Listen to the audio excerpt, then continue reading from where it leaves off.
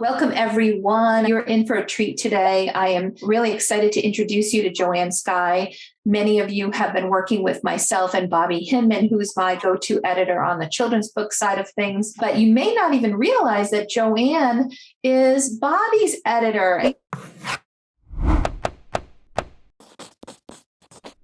The topic today is before you hire an editor, self-editing tips for authors. We're going to hear a lot about the importance and the value of learning this critical task. Joanne, I'll let you go ahead and tell a little bit more about yourself, and we'll move things forward. Thank you so much for being here. I'm so happy to have you. Thank you very much. And thanks everybody for joining this webinar. And hopefully we'll all learn something from it. I'm Joanne Skye. I'm both traditionally and self-published. I'm traditionally published with romance. I have 3 novels out currently. And then I have my own publishing company called Dogs and Books for my children's books and their activity books that accompany them as well. I've been professionally editing for years. 25 years ago, I started with my job, and that was mostly business editing, presentations, professional articles, and the like. I expanded then to nonfiction. And then from there, I also expanded to fiction about 8 years ago or so with the various genres, children's and adult, although my favorite is middle grade, I have to say. I have a soft spot for middle grade, although I personally don't write that. I'm a developmental editor as well as copy and line editing, and we'll get into maybe the differences of those in a little bit. I'm a certified copy editor, member of EFA, which is the largest freelance organization for editors in the country. And I'm also a writing coach, so I do help folks with their plotting as well as just keeping on track and other goals. We kind of make a package fit that person. So there's a variety of things I can do there. Before we jump in, let's talk about why self-editing is important. And obviously you think at least there might be some value because you wouldn't be here otherwise. But you've just spent the past several weeks, 2 months creating this manuscript, right? And you finally typed the end.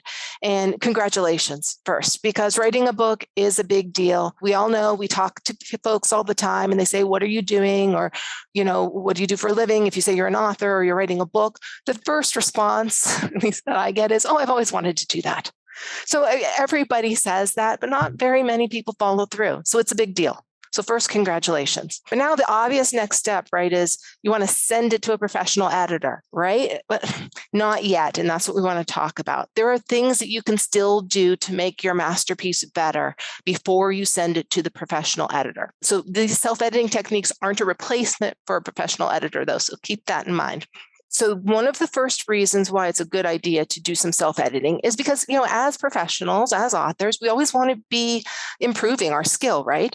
And so learning some of these techniques are just some skills that you can put in your toolbox. It will improve your writing skills, I promise. In addition, it will save you money because that second set of eyes actually should be you, believe it or not. And we'll get to how we can make that happen. But what an editor is going to do when you approach them, or a good editor, I'd say, is they're going to take a look at your manuscript. And you're going to say, oh, I think it only needs proofreading. But they're going to take a look at it. And if they're worth their money, they're going to assess it and give you an honest assessment of whether they think that there's a little bit more that can and should be done there than just, let's say, the proofreading that you've asked for or whatever.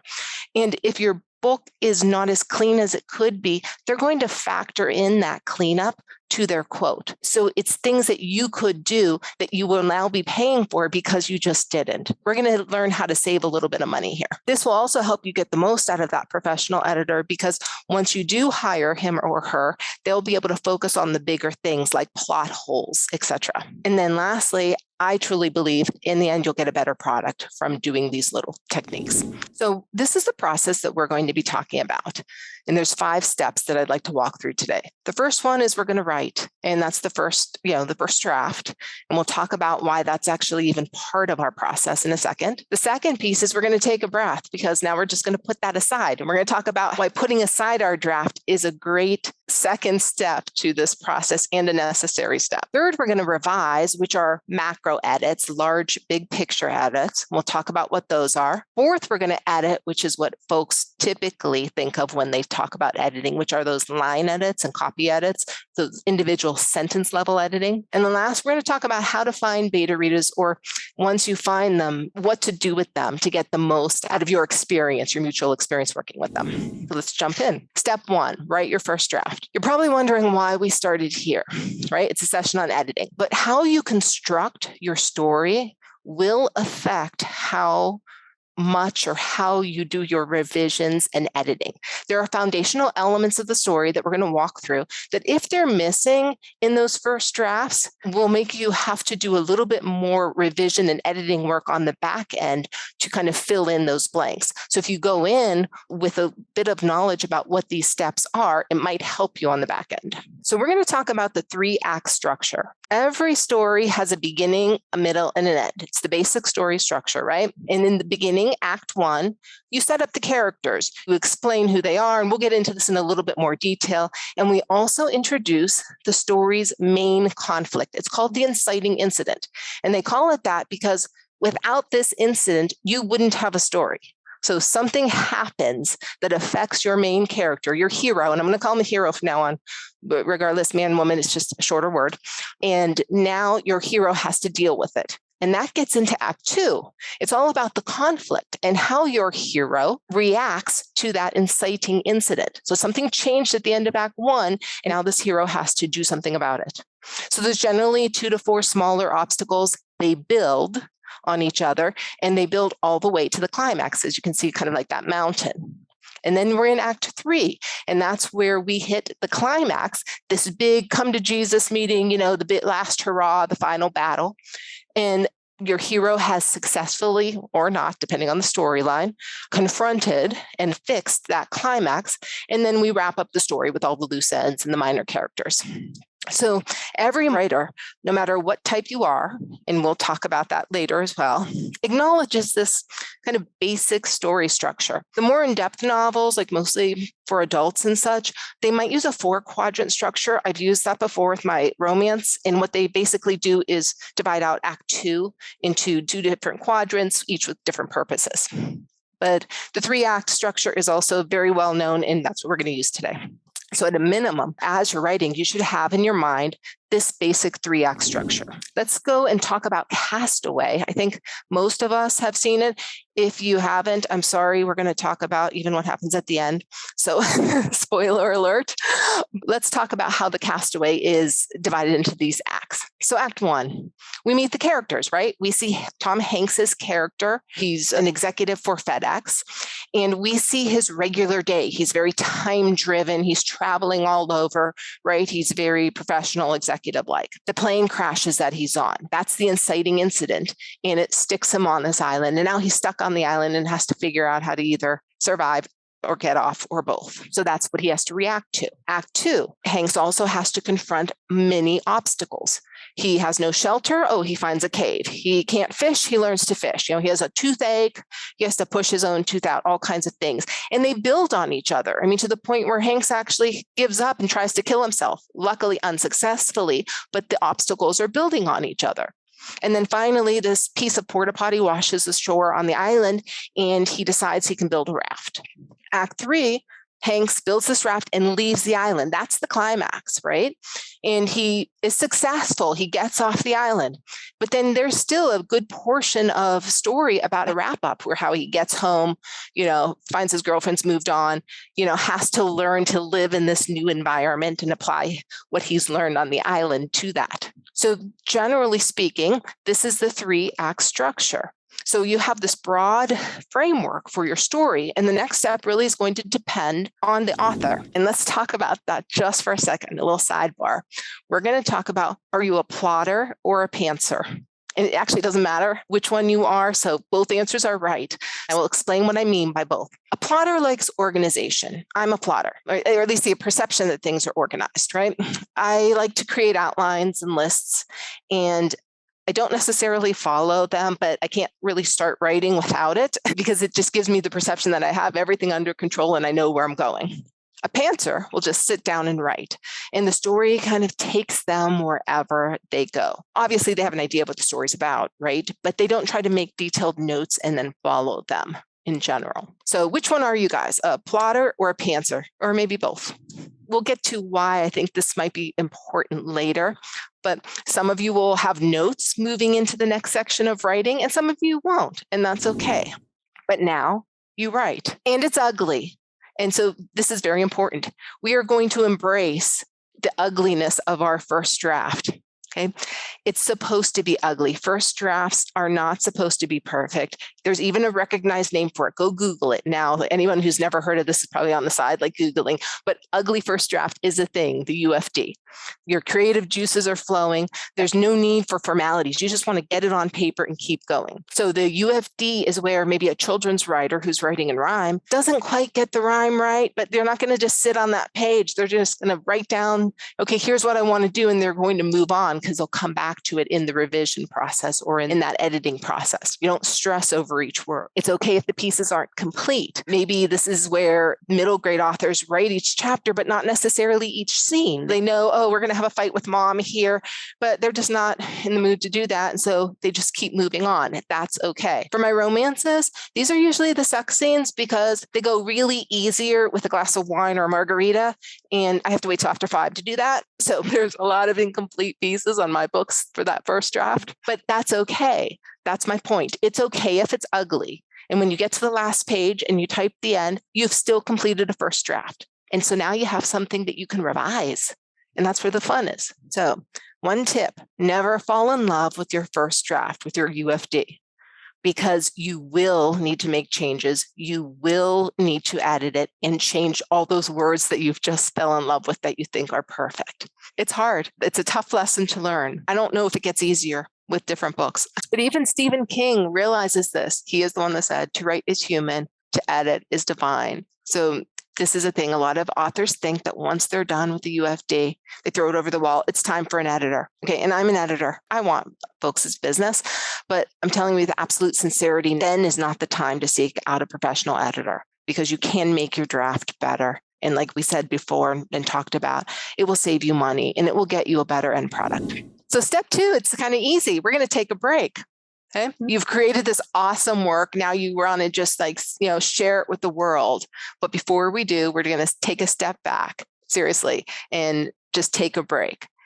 And let's talk about why a breath of fresh air is good, right? You've just spent days and nights creating this masterpiece, but sometimes a little distance kind of makes the heart grow fonder, that kind of thing, right? I mean, I read somewhere in one of the articles where Stephen King says when he finishes a first draft, he puts it in a drawer for 6 weeks and doesn't look at it for 6 weeks before he starts his revision process. So, okay, maybe 6 weeks is too long, but let's shoot for 6 days or something like that, right? Because I think a little distance will help you clear your mind. Think of it as that, the cleansing sherbet between those fancy courses in a restaurant. Just a little break between each course kind of helps you enjoy that next course better. And then it also gives you a chance to reboot. So your manuscript's marinating, but gives you a chance to reboot. And as we know, taking a little cat nap, re-energizes all of us. And then when we return, we will have a new perspective. So that distance will help you see what you would not have been able to see just a short couple days or week or 2 weeks earlier, with that revision. So I also understand, when we first went through this, April mentioned, sometimes I just get this idea of, I just want to be done with it, right? Because I've spent the last 6 months or whatever it is creating this manuscript. And I get that. But I think we can accomplish the same thing, but with a break as opposed to kind of a full-on cut. What was that song? Bent, not broken kind of thing. So I think you can get to the same place with that short break. So then step 3, revise your draft. And here's where the real self-editing begins. Because now that you've had a short break, you can return to your story with new eyes, right? And begin to revise it. Now, there's no standards for how many times you revise something. You can revise it twice. You can revise it 22 times. As many revisions as it takes until you're comfortable that your plot and your story structure and character development are all solid. So we're going to talk about macro edits first for the revisions. I put macro edits in revisions because these are big picture, developmental, substantive editing, right? We're talking about plot. We're talking about story structure. And whether you're a plotter or a pantser, now's the time that you're going to review that overall story structure and make sure that it's solid. And the reason we're talking about the macro edits first is because think of it as, peeling an onion. We're going to work from the outside in. You don't want to do sentence level editing at this point if you're still not even sure that your chapters are in the right order or that you have enough obstacles or whatever the case may be that, that you've introduced your characters enough. So you'll be writing or rewriting or adding or deleting scenes. So there's no point to really micro edit those sentences yet. So we're going to talk about 2 macro edit, big picture editing techniques. The first one, and this is why we talked about the story structure at the beginning, we're going to validate our 3-act story. And what we're going to do is we're going to map the story that we've now written back to the story structure. And while we're doing that, we're going to ask ourselves questions about each act. So if you're a plotter, you might have the notes that you started with. You might have some basics, and you can use that as your starting point and kind of remap to see if, how good did you really do kind of thing. And if you're a pantser, well, now's the opportunity to sit back and say, okay, how well did I do with writing my story? So let's go through the acts and what we talk about or ask ourselves as we're remapping. First, for Act 1, we're going to ask ourselves, what is our inciting incident? Remember, that's the incident without which there is no story. That's Hanks getting stuck on the island, because the plane crashed. The second one is we're going to ask, is our setup complete? There are certain things that you need to include in that first act so that the readers are grounded and can actually see what's going on, and feel what's going on. The first one is the characters introduced and described. And this is not just physical attributes, but, what age are they, young, old, etc., and what their personality types are. And as you're introducing these characters, especially personality types, it's really good if you can show rather than tell. So you don't want to say to somebody, he's a nice boy. You want to show that he's helping grandma out of the car or, taking the trash out for mom, whatever it is, to show that he's a nice boy. And that's where pictures for the picture books can really be helpful and actually augment the storyline because they can show all these things. So you don't even have to include it in the prose. And Bobby's an expert at helping you with that. And next, you want to describe your setting. In Act 1, that's where the story takes place. And that's not just a location, but you also, as part of that, want to describe what a normal day looks like. So what does your hero do on a day-to-day basis that's kind of normal for him? Because, something's going to change for him at the end of that first act. So you have to understand where we're starting from.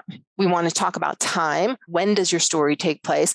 And that's, time of day, morning and night, but also, past, present, or future. And then we also want to talk about or include in that first act who the narrator is. We want to make sure it's clear to the reader who is telling the story. Whose POV, point of view, is it in? Is it your heroes? And then you'd be saying, I walked down the street. Or is it a third person? He walked down the street. Is it the mother? Who is telling the story? And we have to make sure that it's consistent, not just throughout Act 1, but throughout the whole story, because we don't want to be head hopping. So the most important thing about Act 1 is you want to make sure that your readers can see your characters and be immersed in the story. Then Act 2, you're going to ask yourself, what are the obstacles my hero has encountered? And so we're going to go write that down, right? You're going to have this little map in front of you, and you've already written down, okay, what's my setting, et cetera. And yes, I did that on page 5. I did that on page 7. And you've kind of mapped out Act 1. Now we're into Act 2. What are those obstacles that my character or characters, if you have multiple storylines, are confronting? And then we're going to look at that list and we're going to ask ourselves, are those obstacles building over time? Because you want to build up to the climax, right? So let's take a little quick deviation to talk about that. For Castaway, Hanks's character had no shelter, so he found a cave. That was pretty easy. It was early on in his island experience, right? He couldn't fish. He couldn't even open up a coconut or whatever at first, right? And so he learns how to open up the coconut, but then a little bit further down the road in the storyline, 4 years later, he's like this expert fisher. So he has conquered the food issue by, becoming a very good fisherman and everything else that he needs to do. That's a bigger obstacle. And then, like we talked about before, he finally says, I've had enough of this island life. I'm going to kill myself. Doesn't work, but that was a main obstacle, like kind of getting over that or getting to that point and facing that, even though he was unsuccessful. And then, like we mentioned, and this is important, it'll come back later when we talk about character arcs, is that Hanks, a porta pot washes ashore, and Hanks can now get off the island. The important thing about Act 2, as you're mapping it out, is to remember that something has changed for your hero at the end of Act 1 that he cannot be successful in fixing until he goes through those obstacles in Act 2 and learns something, gains a new perspective, acquires those tools. So Act 2 is all about confronting the conflict and gaining the tools to be successful in the climax. So everyone calls it the boring middle, but it's really not, right? So Act 3 then is the climax and resolution. So ask yourself, what is my climax? What's my big hurrah, right? That come to Jesus meeting. And how is it resolved? How does my hero resolve it or not, depending on your storyline? And then after that, how does the story wrap up? You have to ask yourself if you've wrapped up all of those other side supporting characters to a good enough extent to satisfy your reader. So before we move on, I wanted to mention, the wrap up, it really depends on the story, how long or, small or big it is. And it's very interesting. So, I rewatched Castaway before I put this all together. And I noticed that, the climax is when he gets off the island. But there's a good 20 minutes or so after the climax of him wrapping up everything. He gets off the island. He learns his girlfriend has moved on and met somebody else. He has that whole FedEx reunion kind of thing. He has to deal with a lot of stuff. And then it finally wraps up with him, figuring out, hey, I have to move on. And now I have the tools to do that. I'm not this time obsessed person anymore. 13 Going on 30 was on the other day. And I noticed that, that climax is, for whoever's seen it, is when she's rushing to the church and then has this emotional scene with her former best friend, boyfriend. And the movie wraps up 5 minutes later. So it really depends on the movie, how big or how much you have to do of a wrap up. And you'll figure that out as, depending on your storyline. But I just wanted to mention that there's no rules to that.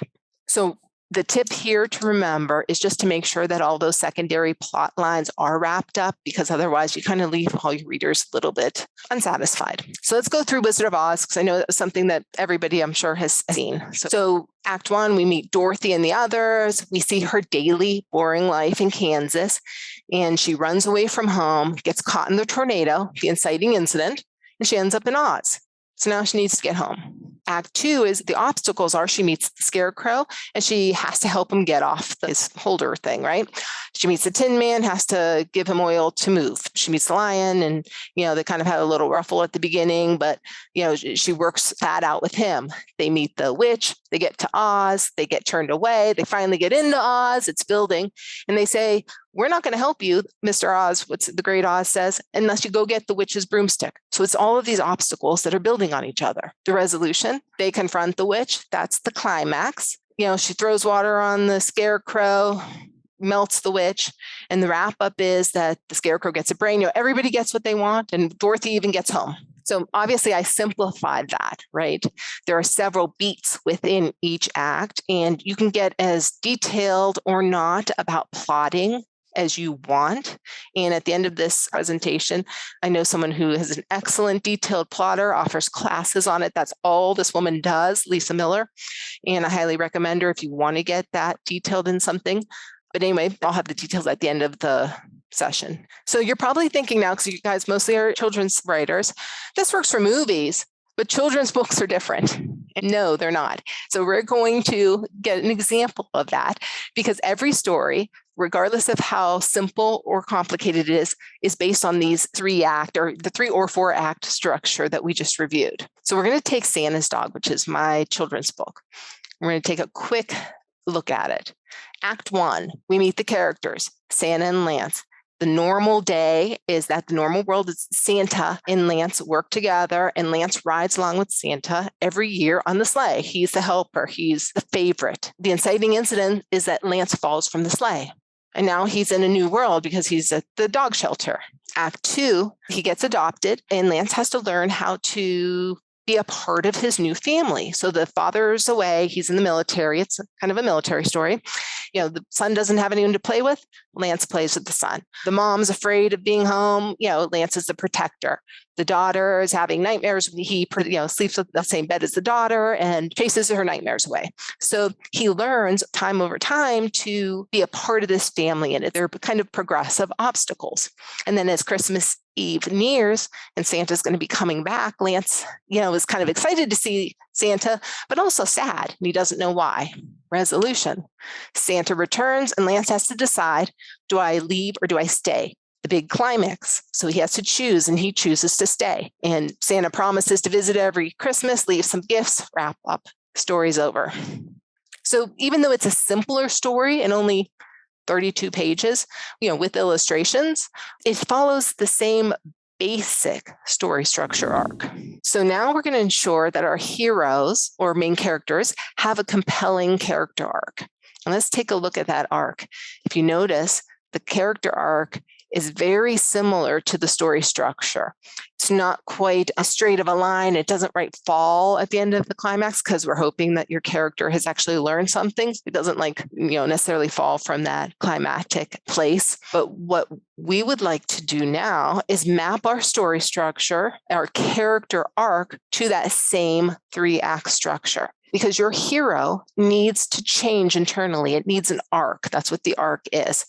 So it's a change of how your character was at the beginning to how he is in Act 3. It's a personal change. And the change can be monumental, like farm boy to Jedi Knight with the courage to save the world, or it can be subtle, like a kid who hates broccoli, and by the end of the story has tasted a piece and decides that he didn't die. But either way, it's some kind of internal change. So once we also map our character arcs, as we're doing that, we're going to ask questions to ourselves the same way we did when we mapped out our story structure. So think for a second, like all of the famous movies, that come to mind, besides, let's say, Luke Skywalker, who are some other characters that have significant character arcs? Like Ebenezer Scrooge, Harry Potter. They don't have to be positive. For those of you who've watched Breaking Bad, Walter White, he goes from, teacher to drug lord. So the next technique is we're going to map the character arcs. So let's talk about how we do that. Act 1, hero is unaware of the lesson that has to be learned or the change that has to be made.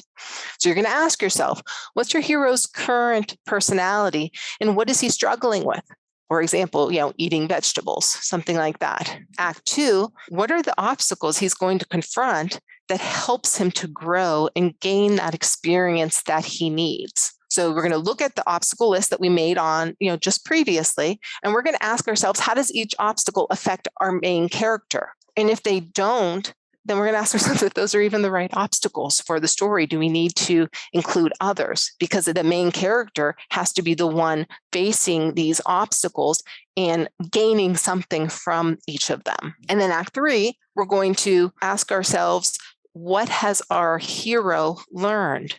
What has changed internally for him since the beginning of Act 1? At this point, if you realize that your character does not have an arc, you have to get him one. That is a critical part of a story. And that's maybe where a writing coach or an editor can help you and why we're doing those big macro edits first. So quickly, let's go through Dorothy's character arc. A bored, somewhat unappreciative Dorothy wants to leave home, ends up in Oz, and now has to figure out how to get home. Throughout Act 2, as she's making her new friends and helping them, she's beginning to see her old life in this new light. And once she gets to Oz and he says, I won't send you home until you face the witch, she realizes by that point that, she will face the witch. She'll do anything to get home. So she's grown since then by confronting all of these mini obstacles along the way. And then Act 3, she has the courage now to face the witch, something she wouldn't have done at the very beginning of the story. And then when the balloon leaves without her, she realizes, hey, I do have the tools to get home. In fact, I always did externally, the shoes, but internally, I couldn't use them because the only way I can get home is to appreciate what I have, to want to go home. So she goes from unappreciative to appreciative, and that's her character arc. So we're going to quickly walk through Santa's Dog to see Lance's arc, because I'm sure some of you are still thinking this is just not possible in 16 pages. So Lance is used to being the favorite. That's his regular, the normal world. His life gets turned upside down when he falls off the sleigh, and he wants to return to Santa. He wants to get back to his regular world. Okay, that's the setup. That's what he's struggling with at the beginning. He can't imagine a life without Santa. Act 2, he has to learn how to be a family member in this new world. And little by little, he starts to belong, to the point where when Santa's coming, he's excited, but he also gets a tear in his eye. And that's, shown in the illustrations, but he doesn't know why. So he's like, kind of blinks him away. Act 3, the big hurrah, Lance has to choose whether to stay or go. He chooses to stay because he's learned his lesson that not only are family the people we love, not necessarily, your family, but any person that you love, but that you can continue to love people even when you're far away. I mean, he literally says, I love you, but I'm going to stay. So he's learned that he can stay and still continue to love Santa. So he didn't have those tools internally at Act 1, and now he does at the end of Act 3. He couldn't imagine any other purpose but what he was doing, and now has learned, hey, there's other things out there, actually something maybe even more important, though how can it be more important than Santa? There is. He wants to stay with his family, whose dad's not there, etc. So before we summarize, let's go back to Castaway just verbally and talk about, Hanks's character, right? He's had both internal and external changes. And some stories do that. The character arc is mostly internal, right? Your internal change of personality, but there's also external changes. Think of it this way, Luke Skywalker, he did go from farmer to Jedi, but his internal change is that he went from this dreamer boy, right, to focused Jedi with the courage to save the world. So same with the character for Hanks. He was this time-focused businessman, right? And he went from externally this businessman to do-it-yourself or island savage. It was an external change. But internally, he goes from being logical and ruled by time to someone who has to learn how to go with the flow and literally see what the tide brings in every day. And the tide did bring in something that he could use, but then he has to apply that same logic to his completely disrupted life when he gets home because his girlfriend has moved on. So he has to apply this logic of keep living, see what the tide brings in the next day. So it's an internal and external change a lot of times for characters. So let's do a quick little summary.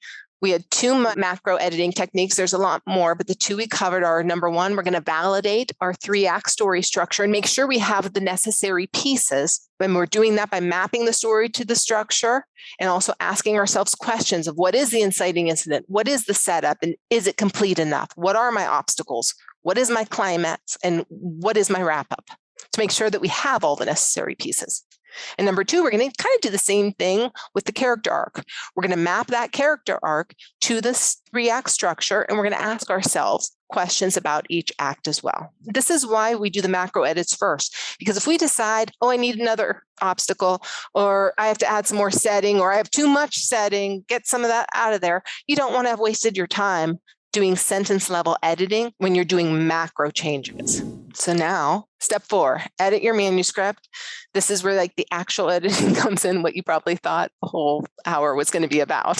So micro edits are those sentence level editing, and it includes line and copy editing and formatting. And let's talk about the difference between those 2. So copy edits focus on grammar and punctuation, right, and spelling. In line edits, they're more style-based. You're talking about sentence structure and voice and word choice and consistency. So they're both different and both necessary, but they're small stuff. And we're going to talk about them because the details matter.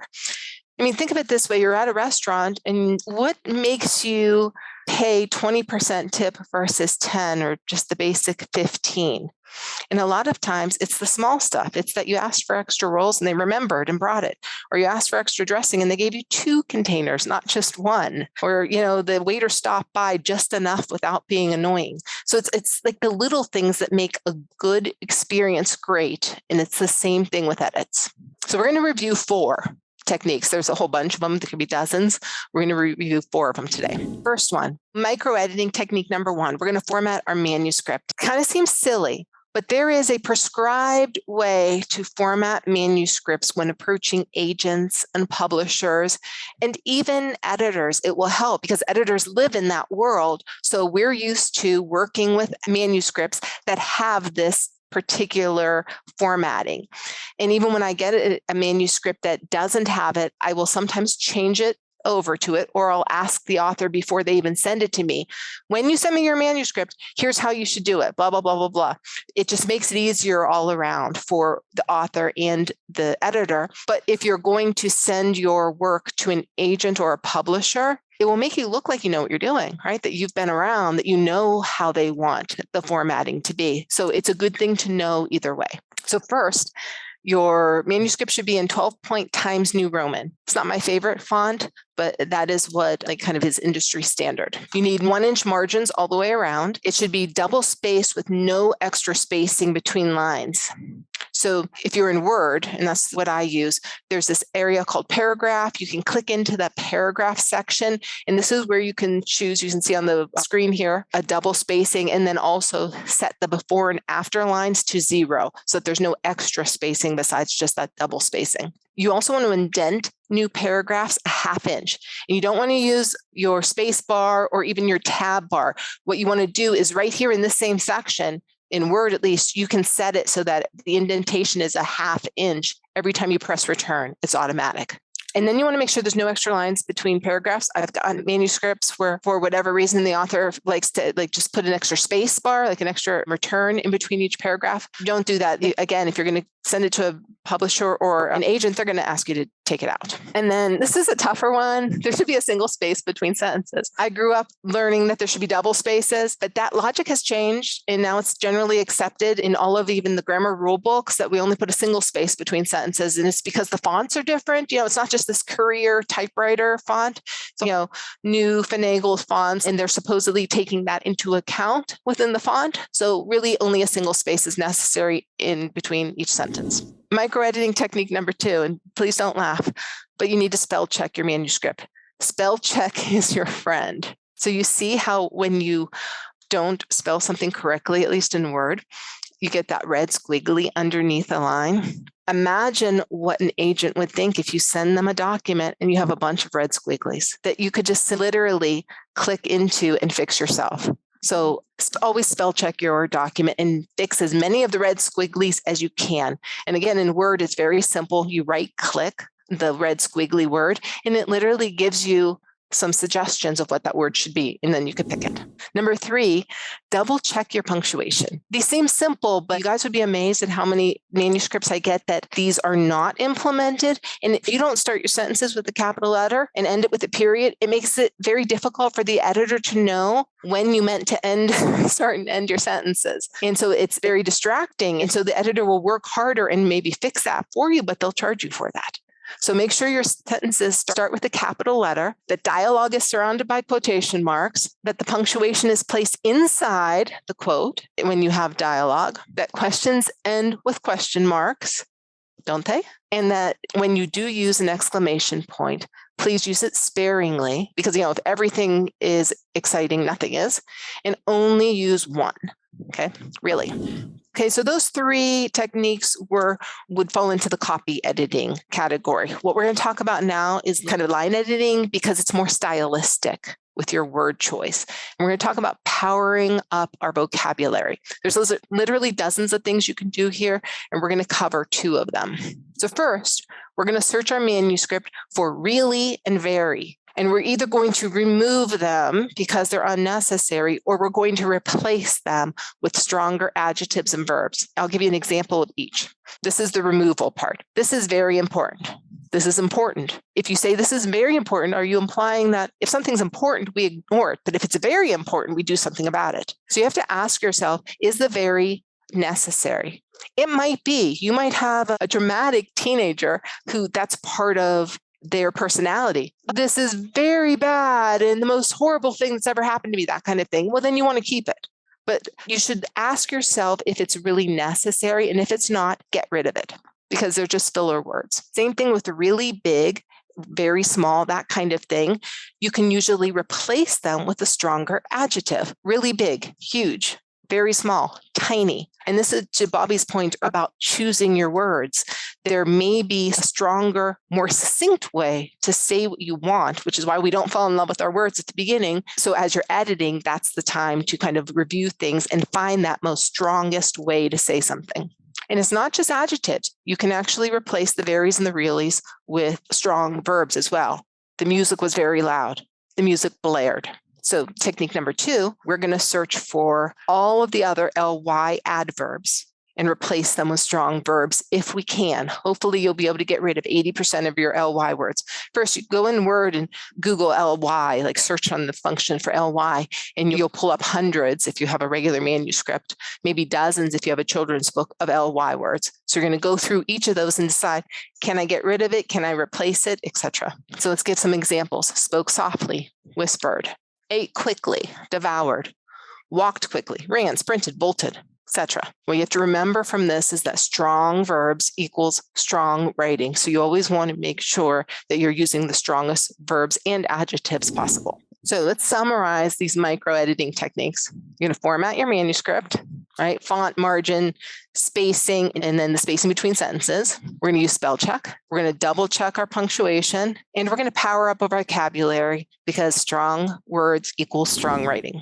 Step 5, finding beta readers. We're almost there. So let's review. You've written your novel. You've set it aside to gain perspective. With fresh eyes, you've revised to ensure a solid story structure, and you've completed some sentence level editing. So now is the time to seek outside counsel from trusted friends. So now's the time for beta readers. Benefits of beta readers. I mean, by this time, I know you guys are eager to send off your manuscript, right? You've done everything you're supposed to. You just want to get it out there. And you're almost there. But think of it this way. It's a good idea to test your work like any new product launch, right? Before you actually send it out into the world. So beta readers will allow you to get that outside perspective on your work. It will also give you a sense of how readers interpret your ideas. It's like with my romance, if I've meant to write a very sexy romantic scene and my beta reader comes away saying, why do my characters hate each other? Then I probably need to change something in that scene, because even though I meant it to be romantic, if that's not how it's perceived, it's worth a second look. So it doesn't matter necessarily what you meant, but it does matter how they interpret it. So the tip to notice here is that, you don't have to take every piece of information that beta readers give you. You don't have to act on it. You don't have to implement it. The choice is up to you. But if you've received similar comments more than once from different people, then you probably should take notice of that feedback, whether you like that feedback or not. Okay, so how best to use beta readers? You want to make sure that you're clear in, what you're asking of them. And that way you'll get a good response. I asked my mom to read my first novel. I get it back. Oh, it was good. Same thing with my sister. It kind of wastes their time and yours, right? If you don't get good usable information from your beta readers. So you have to be specific. Don't ask them, did you like it? Yeah, let's say kind of a yes or no, and they're going to say yes because they're not going to want to hurt your feelings. But do ask them to note what they liked or disliked. Don't ask them, how was it? Ask them to identify maybe what was confusing or contradictory. Even if you don't want to say, what didn't you like? Anything confusing, can you highlight it? Any loose ends I didn't wrap up? So you have to be more specific in the questioning. And then don't ask your mother to read it. Because if they're anything like my mother, they're going to say they love it. Probably is great, but they're going to tell you that regardless. So what you want to do is ask a trusted friend or fellow author, someone who will tell you the truth, but also someone that you can hear the truth from without taking it personal, which is very hard to do. When you give beta readers your instructions, I think it's best to give them in writing. So here's what I'd like you to do. So when you're sending the manuscript, either email or handing it in person, either write it out, put it in the email, please do these following things, and ask them to give that feedback back to you in writing. And some examples are, you can ask them for summary thoughts. Just summarize, what do you think the plot was and were there any holes, etc. Have them tell it back to you to see if they even got the story like that you wanted to tell. You can ask them to literally go through the pages and write comments as they read. You can ask them to highlight the things they loved and the things that were confusing to them. Then they don't have to write anything. They don't have to hurt your feelings. You can just use, green and yellow or whatever colors you want. Good stuff you should look at again, Joanne, that kind of thing. So what you need to remember is that all feedback is good, whether it's nice, positive, or, not so positive. And lastly, things to keep in mind. I personally think that fellow authors make the best beta readers because they usually know how to give and receive feedback. And I mean, that's something, a whole nother session we can have on how to give and receive feedback, that kind of thing, because there's all kinds of ways and different tips and tricks you can do. And the next thing I'd say is receive all feedback graciously. I know this seems like common sense, but it's really hard when somebody gives you feedback you don't want to hear to just be gracious about it. But you have to remember, they just spent their time looking at your manuscript and they didn't have to. So keep in mind, you don't need to agree with the suggestions. You don't need to implement them, but you do need to listen and at least consider it, especially if you hear the same thing more than once. And the tip is, for this section, do not let negative feedback hurt your feelings. And in fact, if you don't get any negative feedback, you should be curious and you should maybe look for additional beta readers because you want to hear it up front. You don't want to post your wonderful manuscript on Amazon and hear it from some stranger who has no problem identifying that negative feedback that your mother didn't want to tell you. Okay. So you want to hear it up front. You want to thank them for negative feedback, unless you think it's on purpose. That's a different thing. That's the choice of your beta reader. But you should welcome negative and positive feedback. So let's recap. 5 steps we talked about: writing our ugly first draft, taking a break, revising that, the macro edits, right? Then editing it, which are those sentence level edits, and then finding beta readers. So here's the additional resources I mentioned. The first one is, it's called Story Structure Safari Class by Lisa Miller. So this is a very advanced story structure and plotting techniques class. She does it over several weeks. I put my own romances through it. And, it's kind of like everything about plotting that you wanted to know, but were afraid to ask, and everything you didn't want to know either. It's very, very detailed. But if you're interested in that, I highly recommend the class. It is very good. And also, I got Bobby's book in here, How to Master the Art of Writing a Children's Book. I mean, these are 2 resources. You can go online and you can Google all kinds of resources. These 2 may or may not be on that list, but these are 2 I highly recommend. So I'm putting together a 1-week self-editing challenge. This started because April had mentioned that she's having one of her 12-week classes starting soon. So what I'd like to do is kind of pack as much as we can into 1 week, and we're going to call it the 1-week self-editing challenge. What I'm going to include is we're going to cover the topics that we did, just the macro and the micro editing topics that we talked about in this class, but then we're going to add 4 more additional macro editing techniques and go through those in detail, and then 6 more additional micro editing techniques.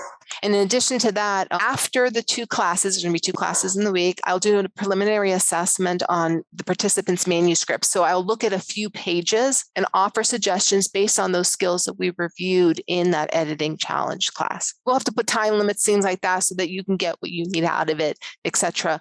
And I'm working on those details, but there will be more to come with this very shortly. And I'll have April help me post that on her website as well, if that's okay. Oh, and because in addition, I'd like to kind of give out homework. So we're going to do like some in-class sharing and participation. In order to do that, you might have to come to class with a few things done, maybe some plotting exercises, things like that.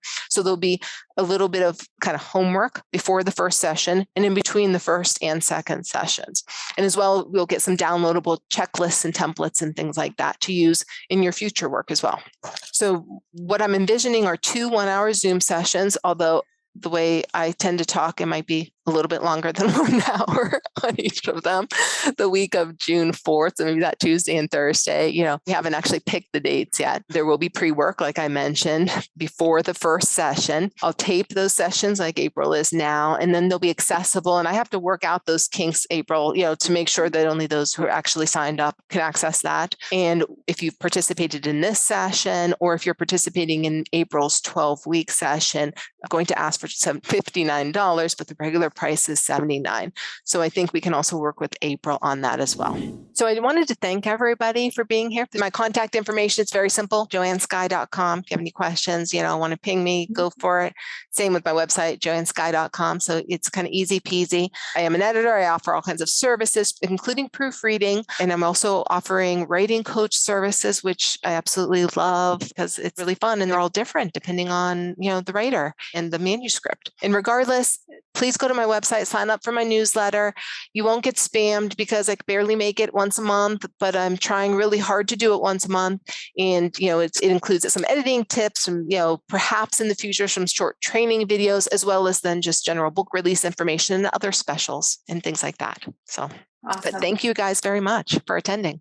Thank you all for joining. And I will just say that if you, again, haven't signed up and you want to make sure that you get the slides or the follow-up information, just post your email address here. We have some great meetings just like this. If you sign up for the newsletter, you'll get special offers and lots of great access to speakers and topics.